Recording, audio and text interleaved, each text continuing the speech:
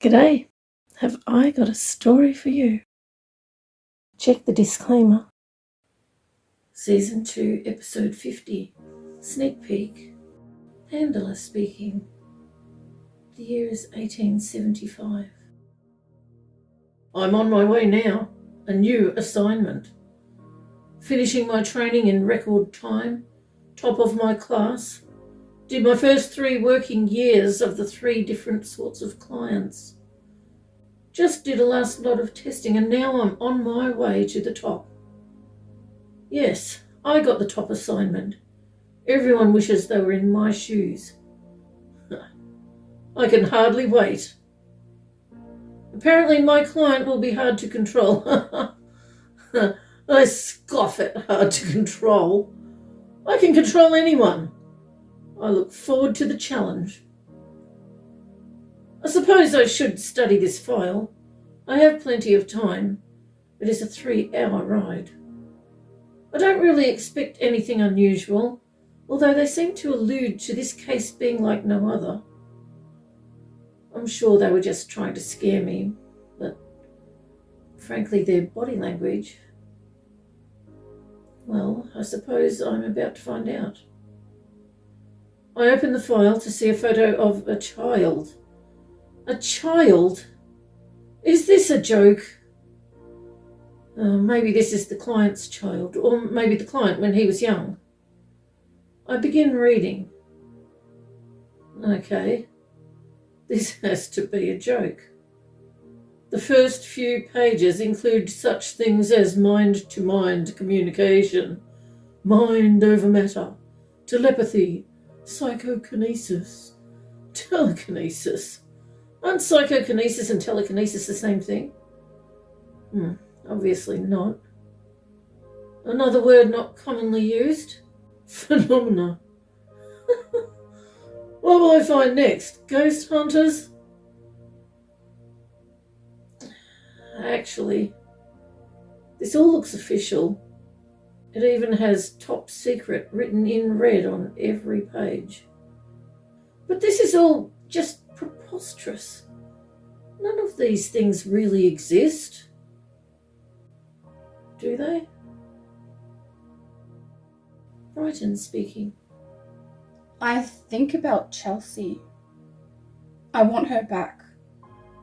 But not for the same reasons as Mum and Dad. Is Chelsea back where she was before she came here? Will doctors say that she grew out of it? What else could they say?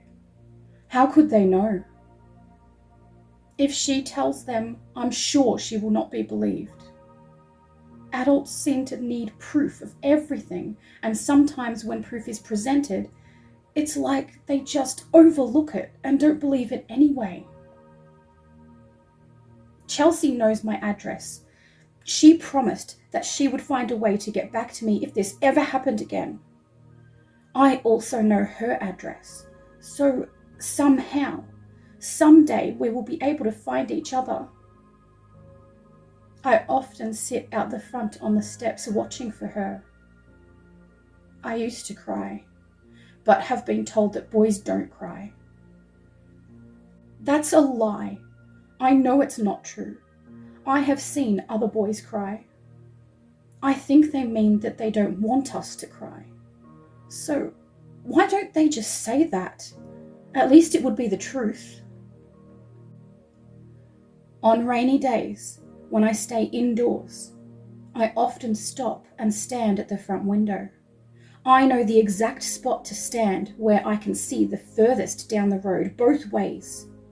She told me that on rainy days she has access to a big black car and a driver who takes her wherever she chooses. Occasionally, I see dark cars. It's hard to see the color in the rain, but I know it's not her in them. It's like I can feel it more than I can see it through the watery window. I often watch the droplets of water running down the window. It gives me a small amount of relief, as though they are the tears I'm not allowed to cry. Vivian speaking. The year is 1875. All her life, she has been watching a very interesting phenomenon that seems to be here for just a second. Actually, less than a second, and then it's gone. It's like a point of... I'm not quite sure. Maybe it's more like a pinprick of... I am unsure as to how it should be described. It is as though someone, or maybe something, invades or intrudes into this place or area, or is there such a thing as oh, never mind. I think of it as a phenomenon. She has noticed it a number of times, although she didn't think to keep count. It looks like about 7 times, or maybe 8. So it could possibly be a yearly occurrence, since this child, Lacey, is 8. She seems to have an idea, or maybe a feeling, when this phenomenon is coming soon, and this has been uppermost in her thoughts of late. She has also been wondering about communicating with an individual with whom she would like to share an idea or two. Does he have something to do with this phenomenon?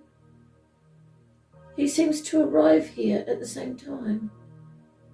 Does he come with it? Or maybe it pulls him here or through? Maybe he brings it with him. She is unsure. Maybe they have no relation to each other whatsoever. I am so grateful to this child who shares her thoughts with me.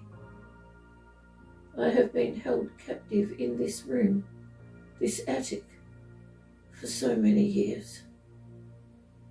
I discovered why about 8 or 9 years ago, when this child, Lacey, made it her mission to help me. Lacey and I are friends now, and have been from the moment she existed.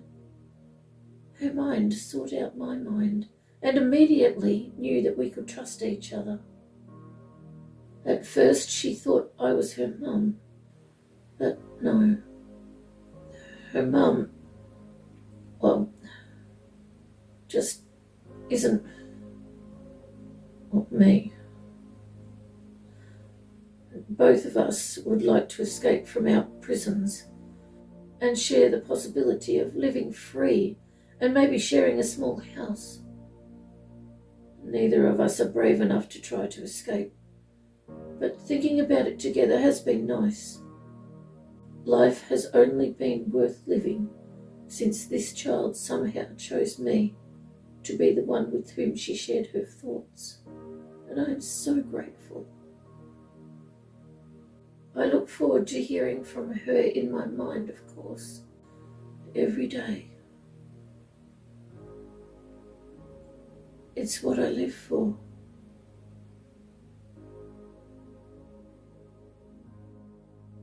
Bella speaking. The year is 1875. I remember the plans Zed and I discussed when we were younger.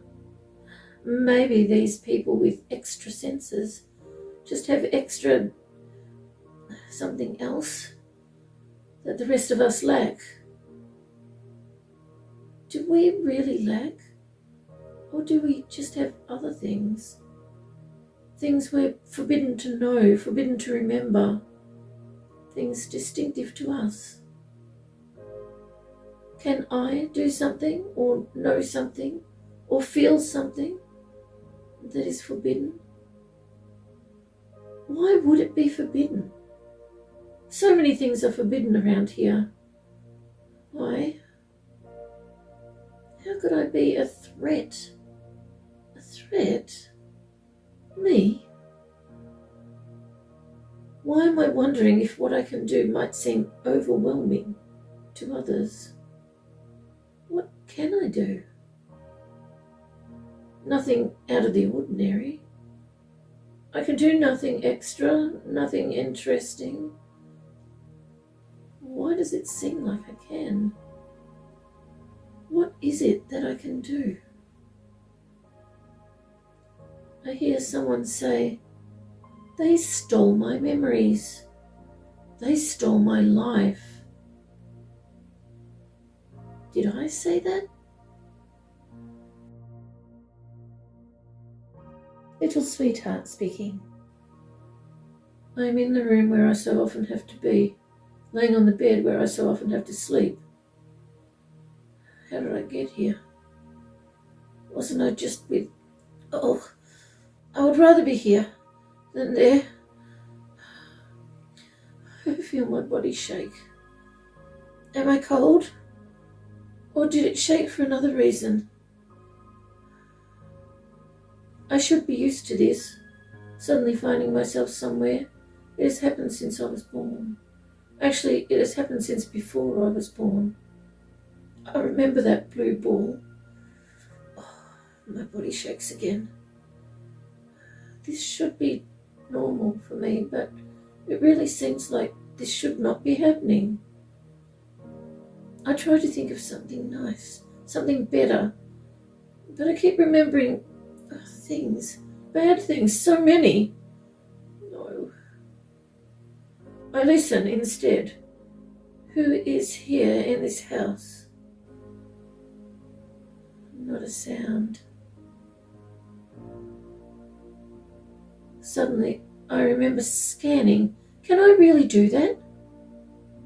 It seems like I can. That sleepy man is in his usual chair, asleep. There is no one else here. That sleepy man, I hope he doesn't wake up and hurt me. Maybe I should go outside. Suddenly my mind is filled with, so many things. The next door neighbour's walnut tree, the small room, his big hands. No.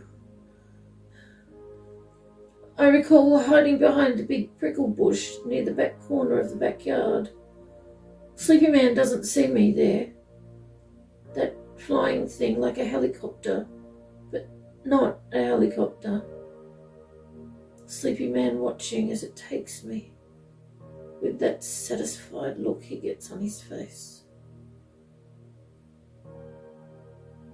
The stump and that man with the round ruddy face, the air pressure, the dogs, the room filled with round ruddy-faced men and boys.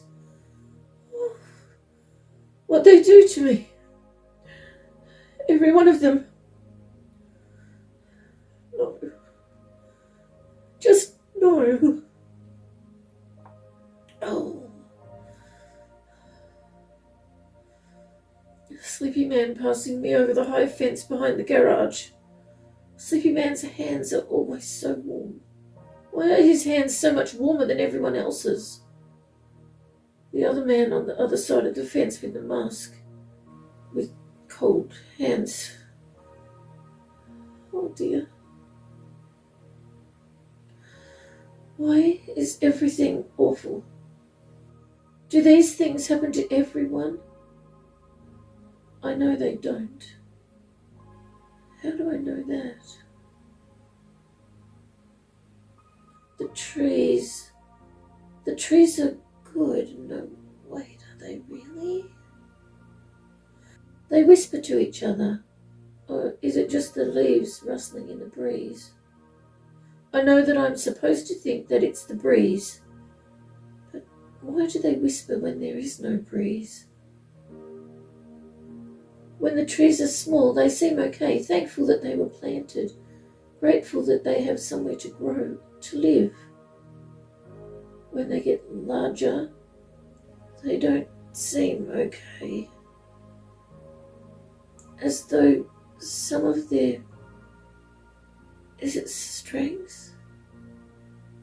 They call it life force, has been usurped for nefarious purposes. But those trees agreed to that, rather than being chopped down and used for firewood in those horrible bonfire gatherings. Two awful choices. They thought they had to choose one of them.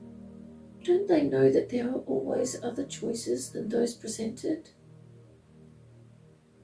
I like the trees, even the one who seems determined to get me into trouble. It's like he's protesting what's been done to him by hurting one of them, a human, like the people who hurt him. He thinks I am human. No, I can't be like them. I'm not like them. Am I? Don't the trees know that I am garbage? Am I really? I need to think of something else. The bonfires next to the garage. Oh, the faces in the smoke, but not smoke.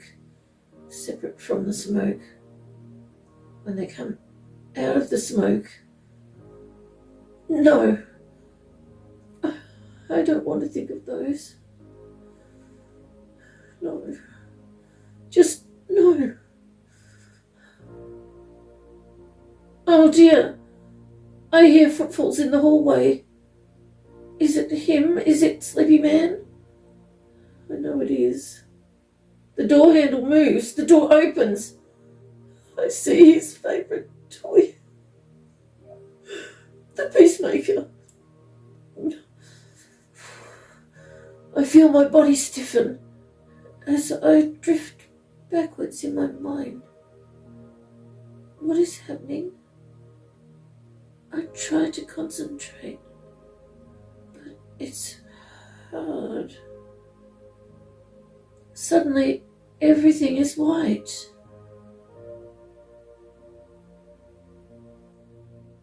Handler speaking. The year is 1875. I ponder his words. He told me to remember 3 things, so I wrote them down. Number 1, if I think something is a joke, it's not. Number 2, if I think something cannot exist, it does. And number 3, if I ever decide to leave, I can't. This is very elaborate for a joke. Is this a joke? I look at the list. 1, if I think of something as a joke, it's not. A person like this can't really exist. It's impossible. Number 2, if I think something cannot exist, it does. Oh, this is too weird for me. I need to get away from here. Oh, number 3, if I ever decide to leave, I can't. Oh, this has got to be some sort of a joke. Number 1, if I think something is a joke, it's not. Another handler speaking. The year is 1950. My mate reminds me of what the bloke said. 1, if we think they're pulling our legs, they're not. 2, if we think something's bogus, it's not. And 3, if we ever want to hightail it out of here, forget about it.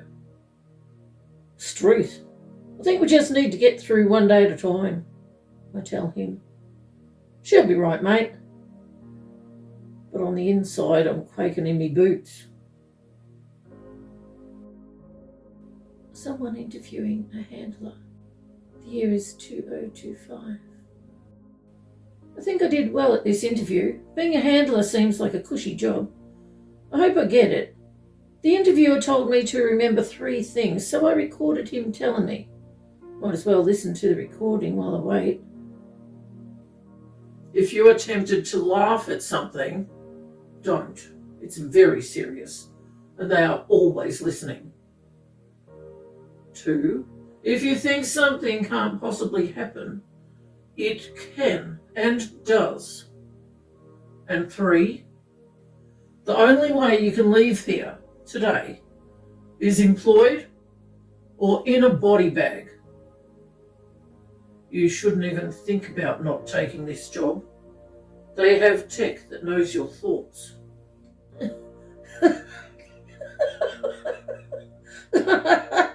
He had me up until the knowing my thoughts thing. That's hilarious. I told him that he shouldn't laugh, because we hear his every word. Let's see. A magical kid. I don't think so. I told him that the impossible can happen and does happen. Tech that listens to your thoughts? You've got to be kidding. I told him about the thought tech. And what are they going to do? Murder me because I think that I'm not going to take this bogus job? I told him that the only way he can leave here is employed or in a body bag. I get myself a cup of coffee and a piece of cake. I have 10 minutes until the next interview. I take a sip, mentally counting. I know what thoughts are permitted. Counting is permitted. Last time it was less than 5 minutes. I munch on my cake as I watch them put another one on the truck. I concentrate on sipping my coffee slowly and finishing eating my cake. So many body bags today.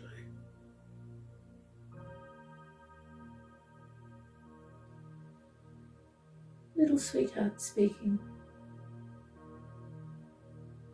I am standing on the mat in this surface house, in this awful room where I so often have to be.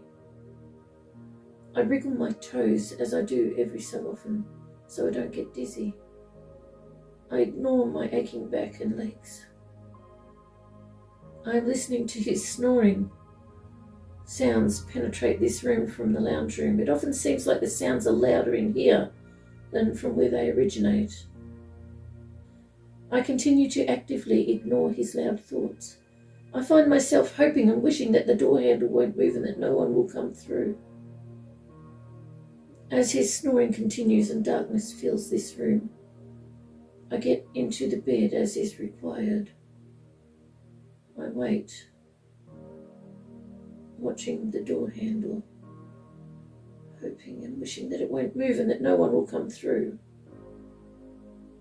I occasionally glance at the ceiling, but see no... Actually, I'm not sure what that is called. I listen for the swooshing sound outside the window, but hear nothing. Oh, no. I hear the car pull up in the driveway. I knew they were coming for me, but I was trying to ignore it, wishing with all my might that I was wrong and that they were not coming. I hear her footsteps. Jason from the bus speaking. When we are both sure no one can see us, Erinal asks me, Are you ready for some more fun? The grin on my face grows. When aren't I? Erinal walks forward, waving for me to join her, and calls, Come on! This house looks familiar. We stop at the front door, and Erinal purposely waits a few seconds. I instantly understand that the person we are here for this time is also in on our little joke. She knocks, and as the door swings open, I know that this person has obviously been ready and waiting for us. I am delighted to see her. Hi, Mum, I say, and I wonder why Erinal has brought me here. Mum smiles up at me with a twinkle in her eye, gesturing to her watch as she says, Late as always, I see. Handler speaking. The year is 1875. The more I read, the more I am intrigued. This file reads like it has been written by scientists, and even has some of their names and signatures on each page. Some pages were also written by psychokinesis specialists.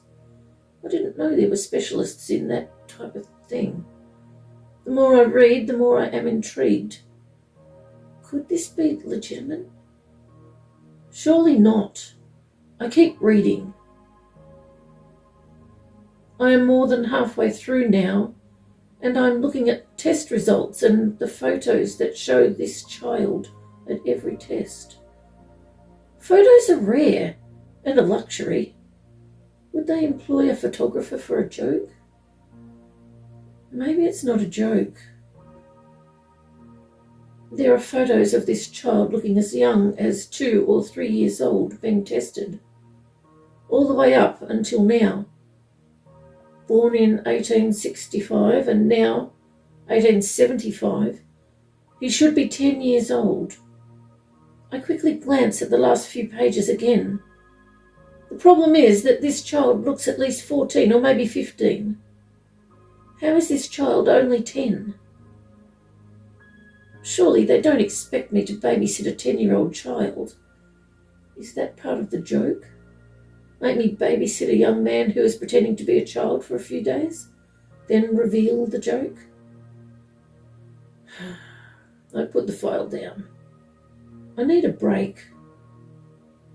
I look out the window. Was my friend correct when he warned me about covert surveillance through gadgets inserted into people's bodies?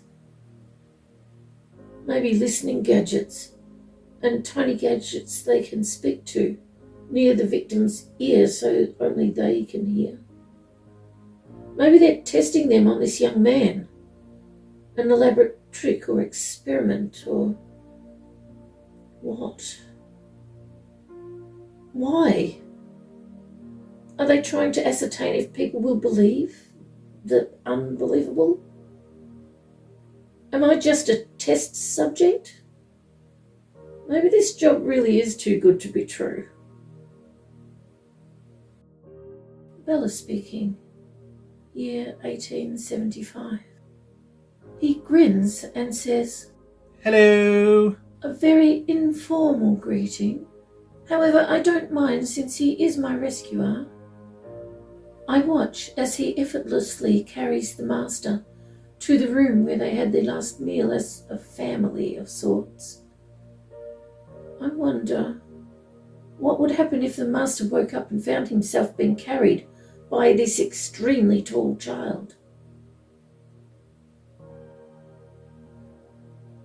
Little sweetheart speaking. I wish I could stay here forever. I've never felt any pain here. It's so different to everywhere else. I just wish their thoughts were not so loud. They don't want me to know, but it's not easy to ignore their thoughts when they're this loud. I make myself think of other things so I don't find out.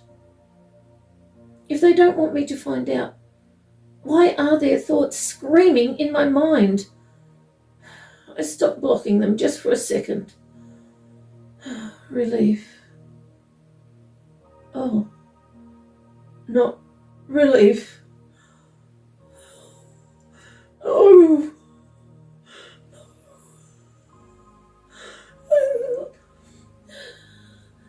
In less than a second, I know everything. And they know that I know. I have to get out of here. I have to help them, the viable ones.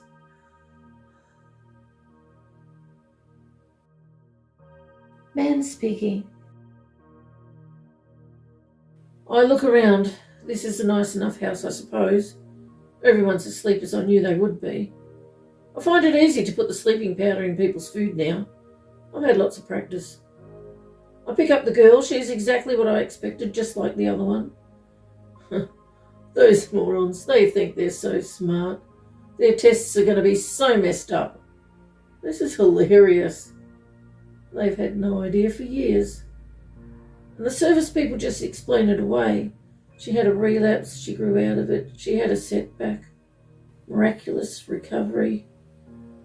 And my personal favourite, dormant underlying recessive genes resurfacing. We just swap them. We take one child and return another. Something to amuse ourselves in this otherwise unbelievably mundane existence. We compare notes and laugh at people who try to make sense of it. they say good night to their child, and in the morning there is an identical looking child in their child's bed. It's hilarious. Well, it was hilarious in the beginning. Actually, not really. Truth be told, I hate it. It makes us more like them. Those supposed clever people. The ones who hurt people. They hurt so many children. Treat them like objects as though they only exist for their tests. I don't find it funny anymore. I never really did. After this round of tests, I am going to return these children to their original families. I'm not going to swap any more children. Those supposed clever people, they're not clever. It's just a word to make them seem superior to us. They're not superior. Vivian speaking. Year is 1875. Previously from page 2. I look forward to hearing from Lacey, in my mind, of course, every day. Continues. Oddly enough, I also have another friend, although I have only heard from him 5 times my whole life. But those 5 times, I had given up and was about to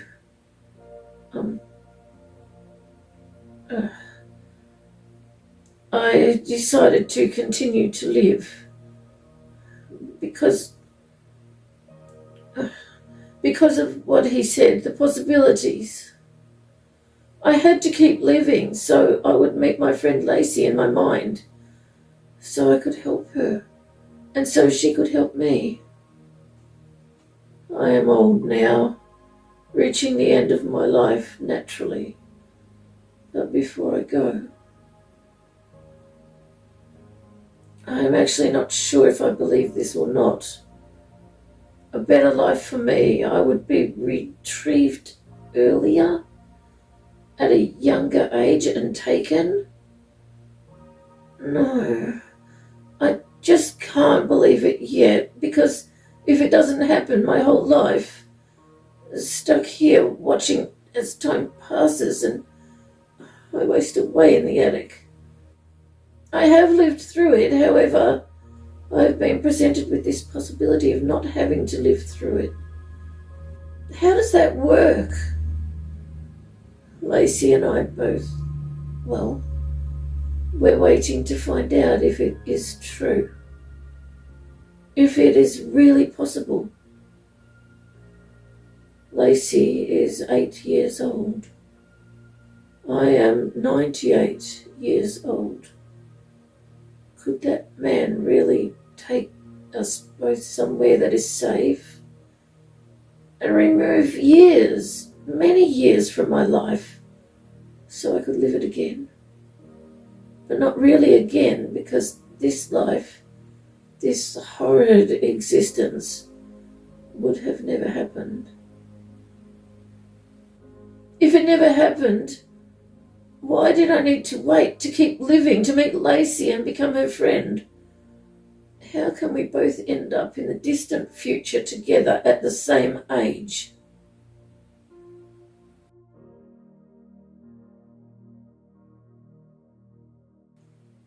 Thank you so much for joining me with a cuppa.